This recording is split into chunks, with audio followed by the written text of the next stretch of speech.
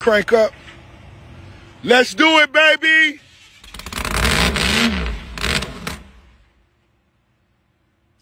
Hey, don't make me look bad on my story, man. I'm the boss. Come on now.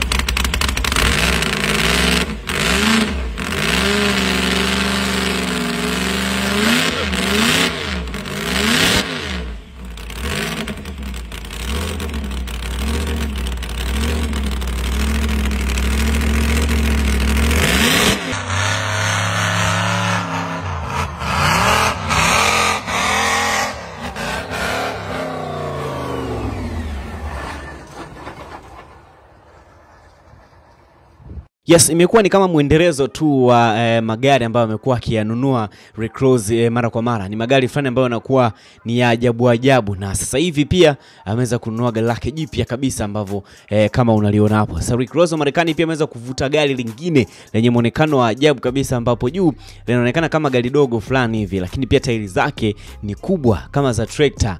Kwa wale wa bongo watakuwa wananielewa vizuri. Tairi za tractor zile zilivyo tu kama zilivyokaa, ndio maana limekaa kwenye ile gari yake. Kitu ambacho pekee kinalifanya litumie engine yenye nguvu ya gari kubwa. Yaani watu wanafunga hayo engine kwenye mafuso, kwenye maskania, and then imefungwa kwenye gari fulani vitu kidogo cha kinyamwezi kinoma. Sasa Rick Ross pia ameweza kuongeza gari hilo, pia ilikuwa onyesha kwamba show yake ya magari itakayofanyika weekend hii huko Atlanta, Marekani, ambapo pia imekuwa ikifanyika kila mwaka ikijumuisha zaidi ya magari 1000 ya aina mbalimbali ambayo pia amekuwa akiyamiliki yeye mwenyewe nyumbani kwake anapopaita Promised Land. Noma sana. Moja kati ya gari kali pia imeweza kuonekana hapo. Vipi sasa kwa maoni yako ukiona hiyo gari, una dreams za kuweza kumiliki gari kama hiyo au unatamani kuwa na gari kama ya Rick Ross? Pia Rick Ross amekuwa ni mtu ambaye pia kwenye masuala mazima ya magari amekuwa hajifichi kabisa.